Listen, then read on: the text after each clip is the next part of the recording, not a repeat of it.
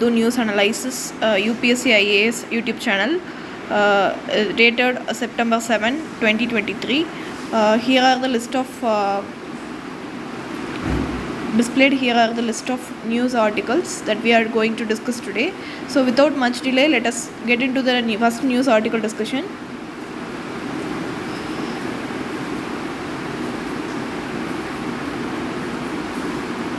Take a look at this editorial article. It deals with the issue of malnutrition. See, one of the major hurdles in addressing the issue of malnutrition in India is improper capacity building.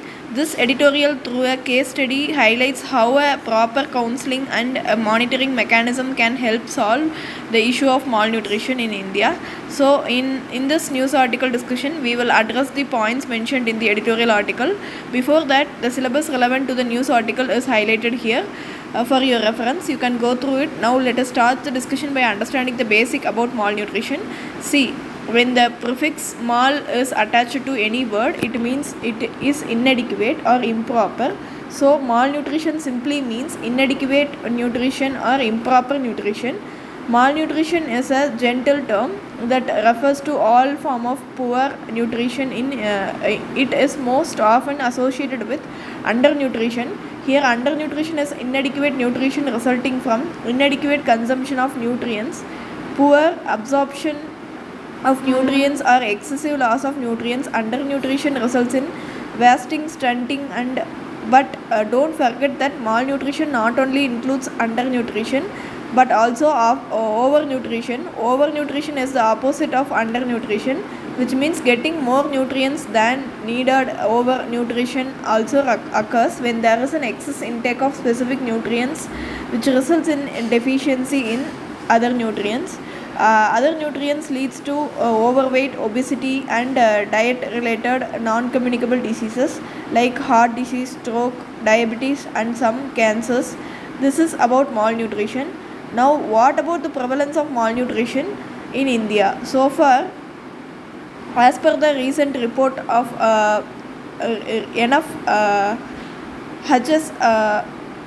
NFHS 5 2019-2021, the nutrition indicators for children under 5 years have improved as compared with NFHS for 2015 to 16. Standing has reduced from 38.4% to 35.5%. Wasting has reduced from 21% to 19.3%, and underweight to prevalence was reduced from 35.82% to 32.1%. Although it is nice to see a decline in all these parameters, it is important to note that according to Global Nutrition Report 2018, India has the highest number of stunting, wasting, and undernutrition kids in the world. So it's important to take steps to address malnutrition in our country. To address malnutrition, the government must ensure food security and nutrition security. Ensuring food security and nutrition security requires guaranteeing that high quality food is accessible, affordable, and ready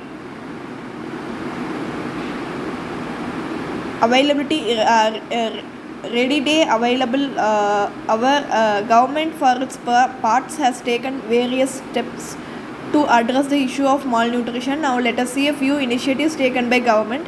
First one is PDS, that is NFSA Act. Through an efficient public distribution system, our government addresses food insecurity by ensuring the accessibility, availability, and affordability of food grains.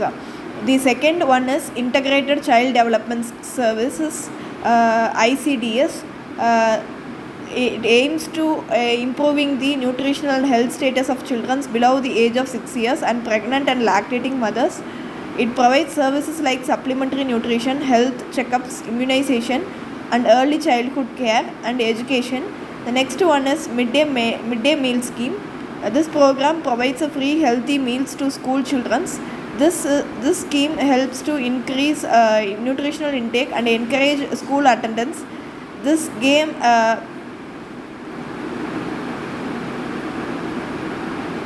scheme ensures both food security and nutrition security. Next one is Pradhan Mantri Matru Vandana Yojana, PMMVY. It is a maternity benefit program that provides cash incentives to pregnant and lactating mothers. This scheme is helps to improve the nutrition and health during pregnancy and after childbirth. Next one is National Nutrition Mission or Poshan Abhiyan. It's an umbrella mission with the aim of reducing malnutrition in India to ensure the synergy. The government scheme, the government combined various schemes with similar targets under the Poshan Abhiyan. Through this, government aims to address the various issues like stunting and undernutrition, anemia, and low birth weight. Next one is Poshan Vatika. This aims to address the focuses on addressing nutrition insecurity under the scheme. People are encouraged to grow vegetables in the backyard to diversify their diet. Last one is Anemia Mukt Bharat campaign. This initiative focused on reducing the undernutrition. Under this initiative, the government provides iron and folic acid supplements, especially to women and children. So these are all some of the steps taken by government to ensure the food security and nutrition security. These steps taken by government have been effective mainly in addressing food security, but nutrition security is still not fully ensured in India. That is, the government has not effectively addressed the issue of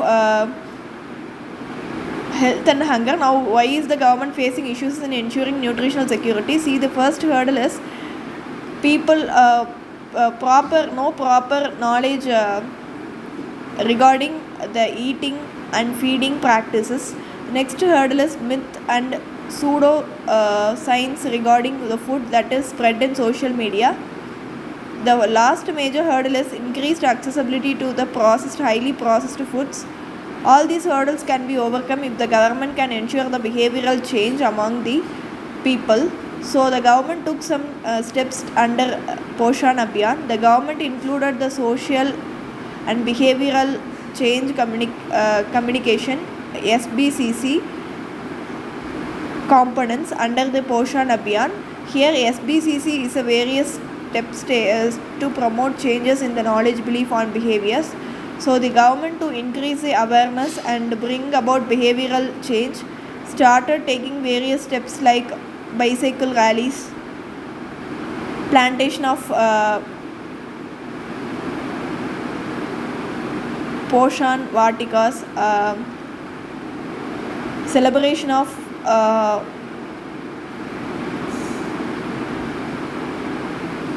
Poshan Pakwaras and God Bahari's baby shower. So we will see some points about Poshan Ma and Poshan Pakwara. First, let us take Poshan Ma. It is a health awareness initiative. It is celebrated during the month of September every year under Poshan. Under this initiative, awareness regarding antenatal care, optimum breastfeeding, girls' education, diet, right age of marriage, hygiene and sanitation are provided. Then Poshan Pakwara is celebrated in the month of March.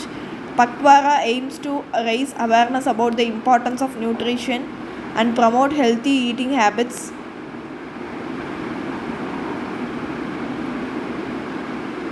Goth Bari means baby shower. Goth Bahari means baby shower. During the baby shower, awareness regarding maternal nutrition is provided. These are all the steps taken by government to raise awareness and bring about behavioral change. Even after taking steps to raise awareness, nutrition security is still not ensured. Why is that? According to this editorial, the government has taken any steps to institutionalize nutritional counseling and monitoring the mechanisms to highlight the effectiveness of nutritional counseling. The editorial highlights the example of both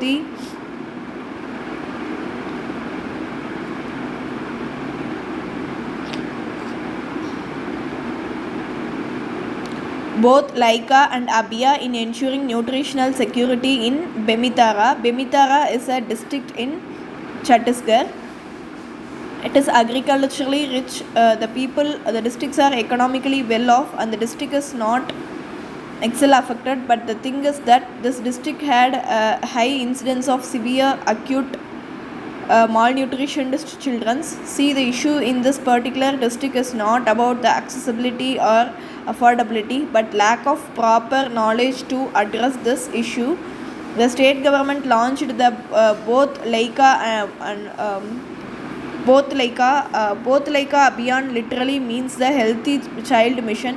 The mission had the component of counseling and monitoring under the scheme. Every Friday, the parents of targeted malnutrition children or some mental consult. They are educated about the importance of healthy diet and clean habits like washing hands and having overall healthy lifestyle. The progress is also the monitoring through door-to-door visits. The scheme has been enforced for 9 months in the short time span. As many as 53.77% of targeted children were brought out of malnutrition. This shows the effectiveness of the scheme. In addition to the being very efficient in addressing the problem, the scheme is also cost effective. For example, let us examine the scenario.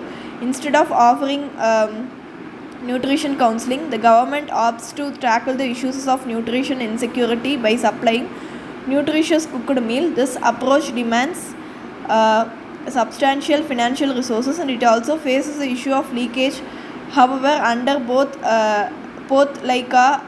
Abhiyan, program training and monitoring can be done at a minimum expense. In addition to this, as highlighted in the case study, the outcome has highly favorable. Is both cost effective and effective in addressing the issue of malnutrition. This case study highlights the importance of counseling and monitoring. So our government can also institutionalize the counseling and monitoring mechanism to effectively tackle malnutrition in our country.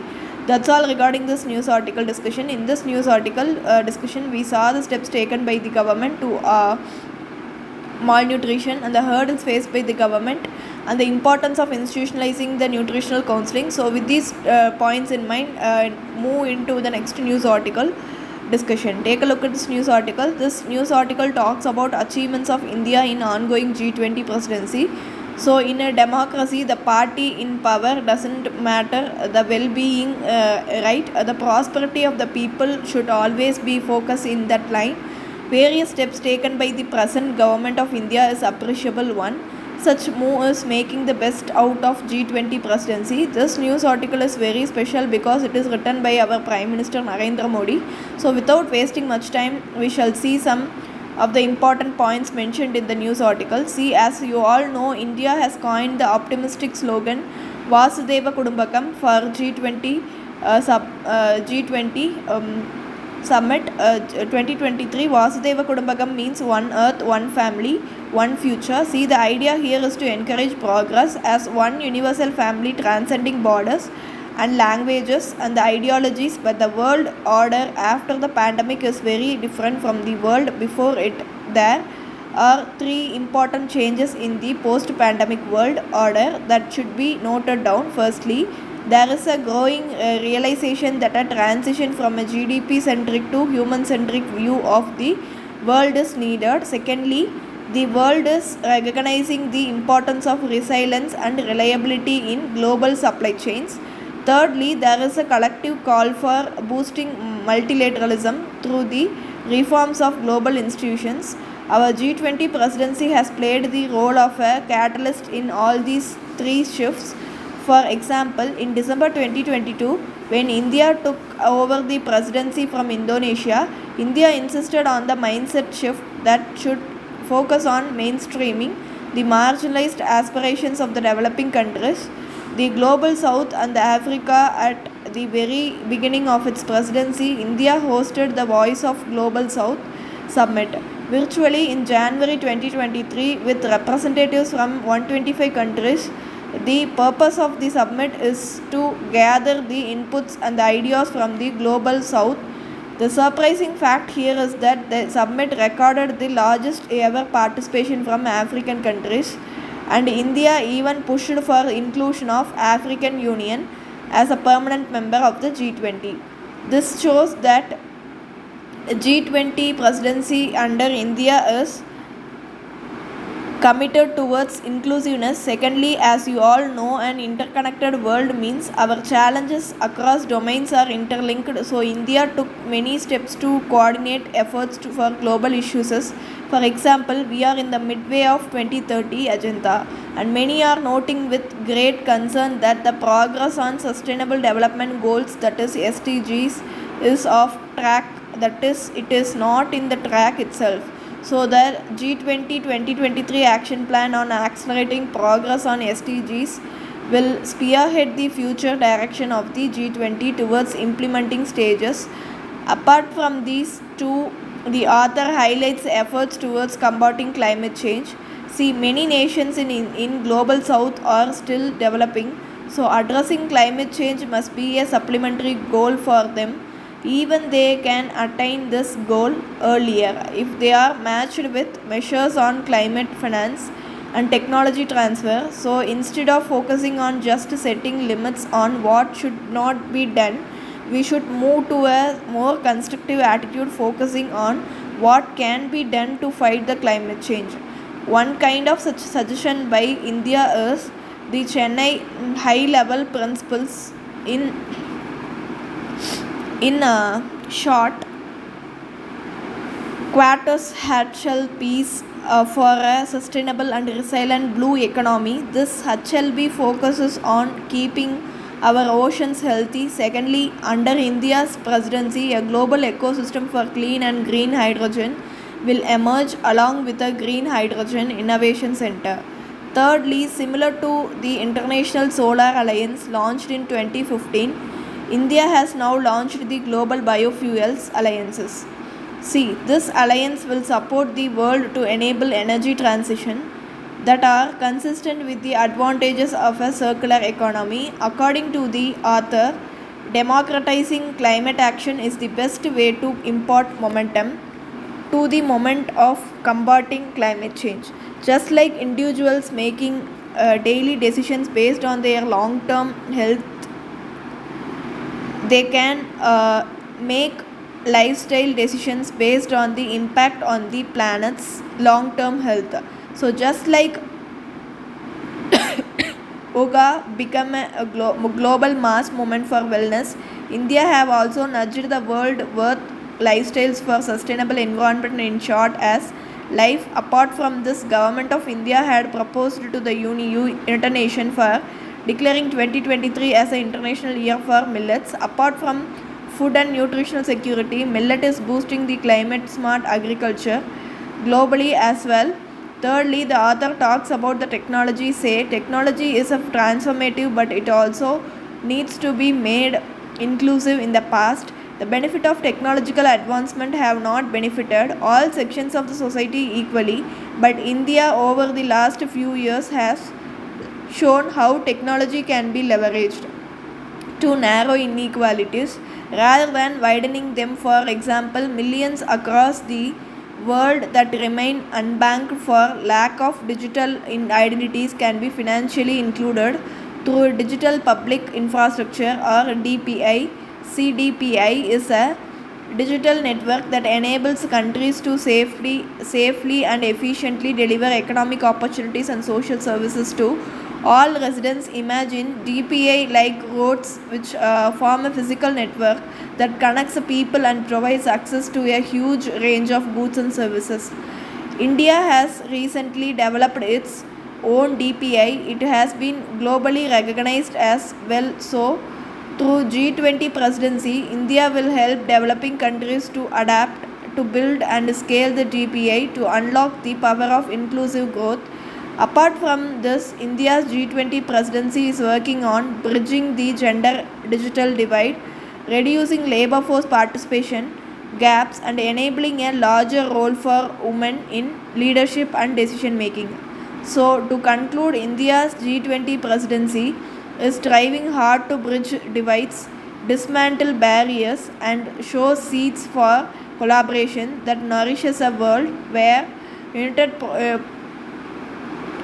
provides over conflict and shared destiny eclipses isolation. So, as G20 President, India has pledged to make global table larger to ensure that every voice is heard and every country contributes. And the author here says that he is very positive that India have matched the pledge with actions and outcomes. So these are all some of the important points that you have to note from this article, news article. Make a note of all the points. It is very important for the mains exam. So these learned points. So now let us move on into the next news article discussion.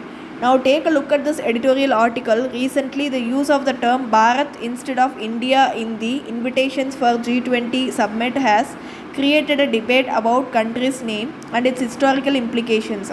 The invitation mentioned a President of India as President of Bharat. So in this process, in this context, only the article here is written. In today's discussion, we shall understand this controversy of the names in the historical, constitutional and international perspectives. Before that, the syllabus regarding this discussion is highlighted here for your reference. You can go through it. First, let us start with the historical significance of the name Bharat. And India, see, these names have deep historical roots and carry cultural and traditional importance. The term Bharat is linked to an ancient text like the Mahabharata, Puranas. In the Vishnu Purana, the term Bharat is used and it refers to the land between Southern Sea and Northern Sea, Northern Himalayan mountains. So it is more than just a name, has a geographical implication.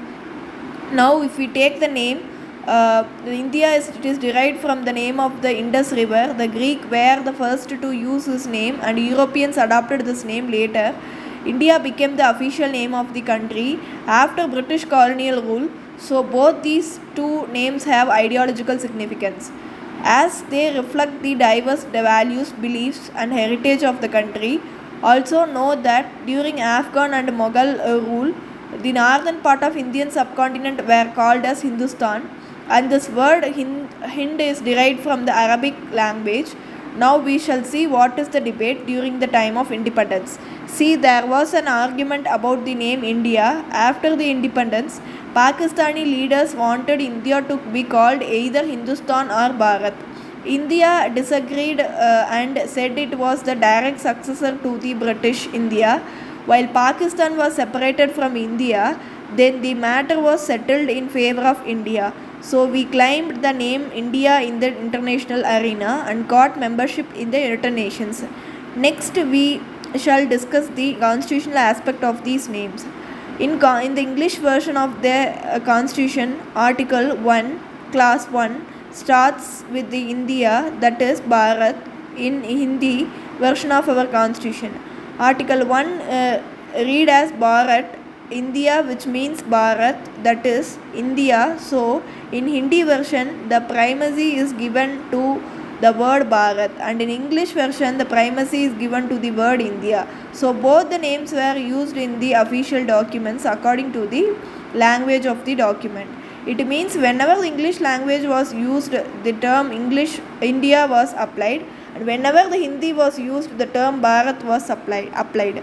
Due to this formulation, the common practice is to use India in English and Bharat in Hindi. For example, the English desert is called Gazette of India, while Hindi it's a Bharat Rajpatra. This naming pattern is followed consistently. Now moving on to see the political dimension.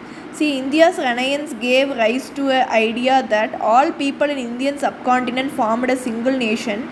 Many people who wanted to connect with India's ancient heritage preferred the term Bharat. Leaders like Netaji Subhash Chandra Bose believed that a world like Hind could be more inclusive and suitable for people for various faiths. That's why we popularized the phrase Jai Hind.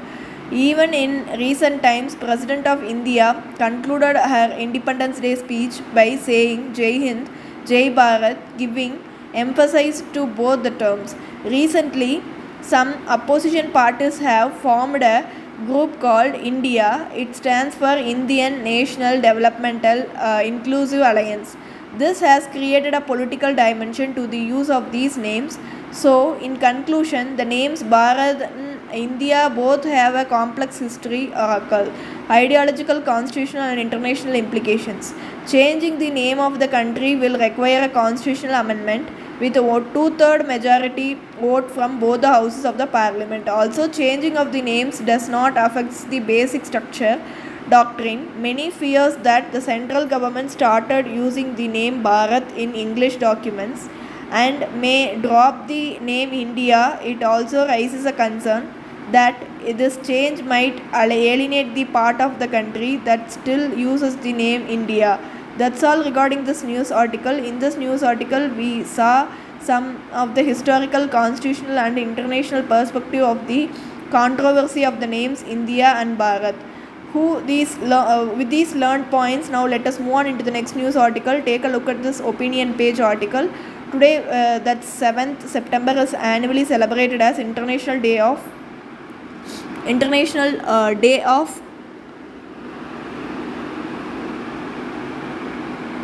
Clean Air for Blue Skies. It is celebrated worldwide to strengthen the international cooperation in reducing air pollution and improving air quality. The theme for the 2023 celebration is Together for Clean Air. This theme highlights the urgent need for stronger partnerships and shared responsibility for overcoming air pollution. See, this article is written in the backdrop of International Day of Clean Air for Blue Skies. So the article highlights the impacts of air pollution in India, and it also provides some viable solutions to overcome the air pollution. So we'll understand them in this news discussion. We shall start by understanding the impacts of air pollution in India. As we all know that world is now struggling with many problems like global warming, biodiversity loss, climate change and so on. In addition to all these major problems, there is also a concern of air pollution. See, the air pollution act as a silent killer in the world. If we look at the data, according to the World Health Organization in 2020, the pollution related to lung cancer will result in 10 million deaths worldwide, and it is also estimated that the number would rise by another 3.2 million by 2050. This is a worrying fact, right? So just to think how dangerous air pollution is now coming to India specific information. According to the recently released Air Quality Life Index, India occupies the second place with high particulate matter 2.5 pollution. And according to the index, Delhi is the most polluted city in the world. The worst air quality in Delhi continues to pose a long-term threat to inhabitants around Delhi. The government has taken many policy measures to combat air pollution in and around Delhi. For example, the Indian and Agricultural Research Institute IARI has developed Pusa decomposer with the help of NGOs. This decomposer helped the rapid decomposition of paddy residues in the neighboring states of Delhi like Punjab, Haryana. This in turn has reduced the burning of paddy residues. As a result, the air pollution around Delhi has reduced over time. This is a good initiative. Apart from this, the government of Delhi has introduced Graded Rapid Action Plan 3.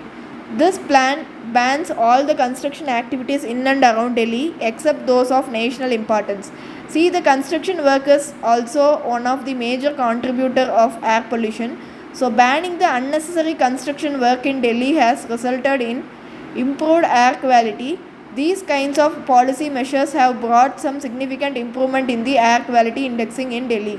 But the health risks associated with the release polluted air still persist. Some of the air pollution related diseases like lung cancer, cardiovascular disorders and respiratory alignments continue to destroy thousands of lives in Delhi. This is because the air in Delhi contains a lethal mix of sulfur dioxide and nitrous oxides along with high particulate matter concentrations. These harmful gases and substances in the air affect nearly 30 million people living in and around Delhi.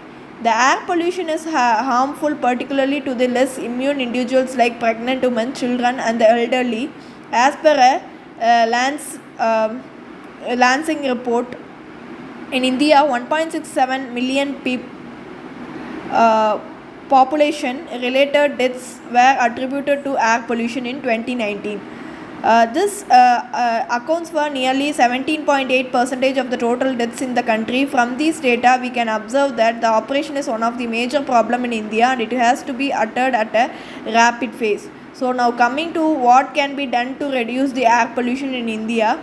See, some of the measures like car-free zones, green spaces, smart urban designs and electrified public transportation will yield some positive results. For example, let us take China. China has made a significant shift to clean energy and it also promoted the use of e-vehicles. As a result, China is witnessing a slow decline in air pollution.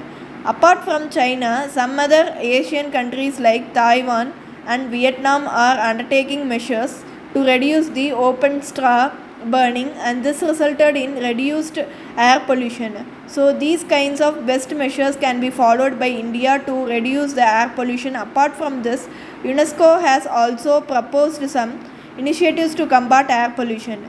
UNESCO advised its member countries to implement an internal carbon tax on all flight tickets on one hand, and it will help the government to mobilize funds for reducing pollutions, and on other hand it discourages the people who contribute to air pollution.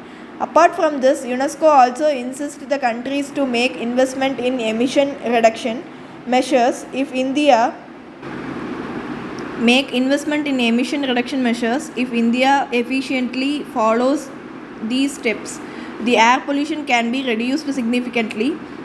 Some of other activities including switching to electric vehicle, replacing lighting system with a greener LED and implementing solar powered offices would also help India to combat air pollution. Apart from this, following these effective green solutions like creating urban forest parks and green corridors can also help the government to reduce the air pollution. That's all regarding this news article. With this learned points and next news article discussion, take a look at this news article.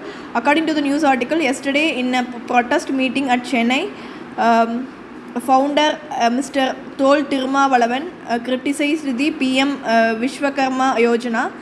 Very recently, only the central government has launched this scheme. This scheme aims to provide financial assistance to artisans like carpenters, potters, barbers, washermen and so on. Apart from this, the scheme also aims to strengthen the Guru Parampara, that is a family based practice of traditional skills. So in the meeting, Mr. Tirumavalavan said that the center has introduced PM Vishwakarma Yojana to promote the Varnashrama Dharma, that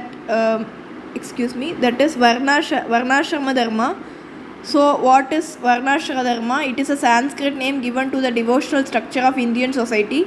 According to the Varnashrama Dharma, there are 4 Varnas or 4 social divisions which include Brahmana, Kshatriya, Vaishya and Shudra.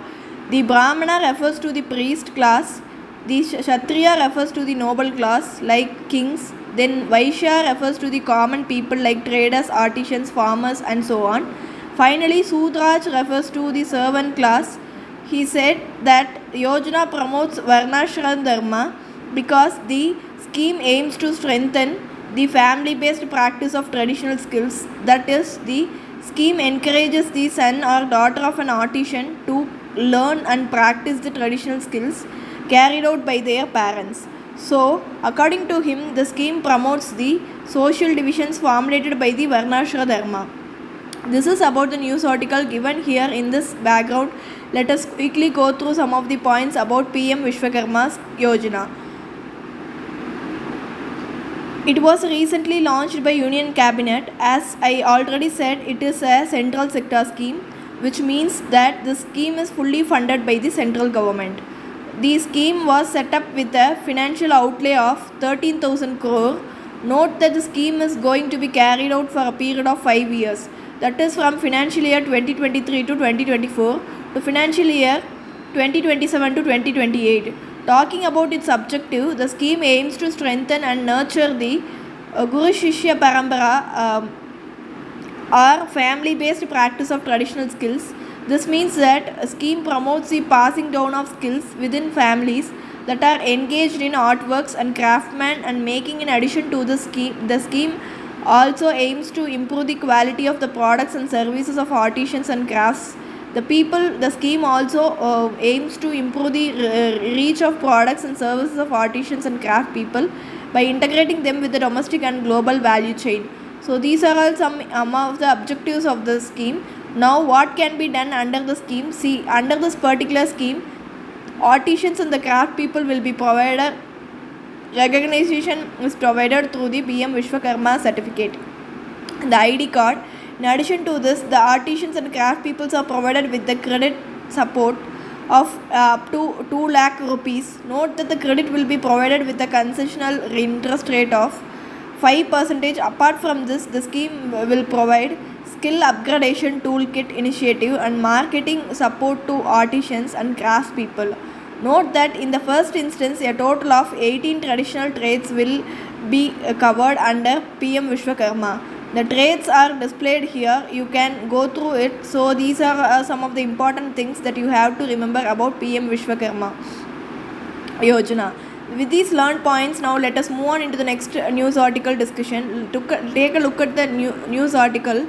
It is about our Prime Minister's upcoming visit to Indonesia. See, during his visit, our Prime Minister will attend 20th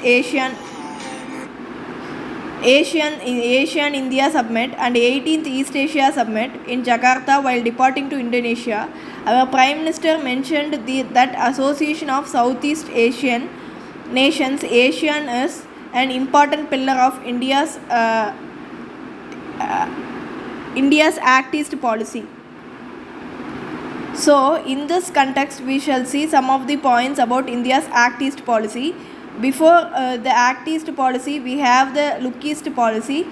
See, the Look East policy is an effort by Government of India to develop the economic and strategic relation with Southeast Asian nations. India adopted this policy to increase its influence as the regional power. Through this policy, India also tried to counter Chinese influence in the region. The policy was initiated in the year 1991. This policy of India was a success of Look East policy.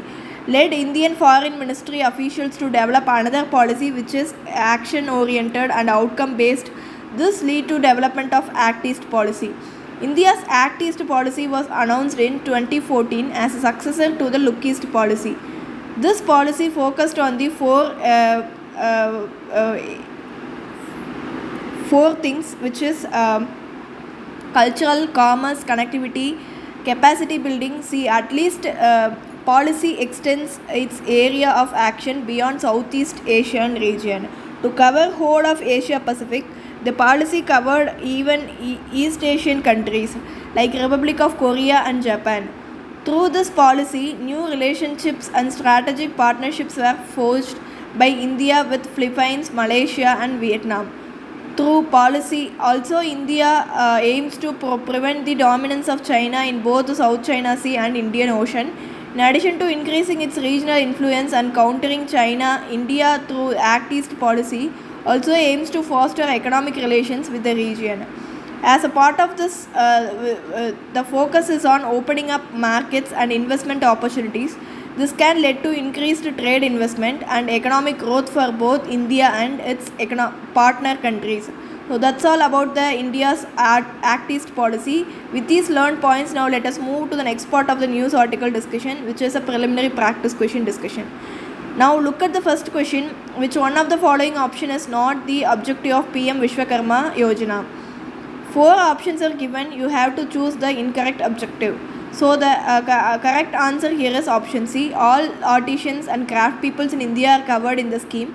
This statement is actually incorrect. Not all the artisans and craft persons are covered under the scheme.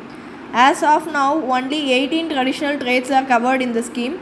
Moving on to the Act East Asia Summit has 18 members, which includes 10 members of ASEAN and 8 dialogue partners. How many of the Bureau in mentioned countries are dialogue partners of East Asia Summit? So the correct answer for this question is option C, only 4. So the question displayed here are the mains practice questions for you today. Just to go through the questions, try to write an answer and post it in the comment section. With this, we came to the end of the news article discussion. If you like the video, hit the like button and do comment, and don't forget to subscribe to UPSC IAS YouTube channel. Now, thank you for listening. Have a nice day.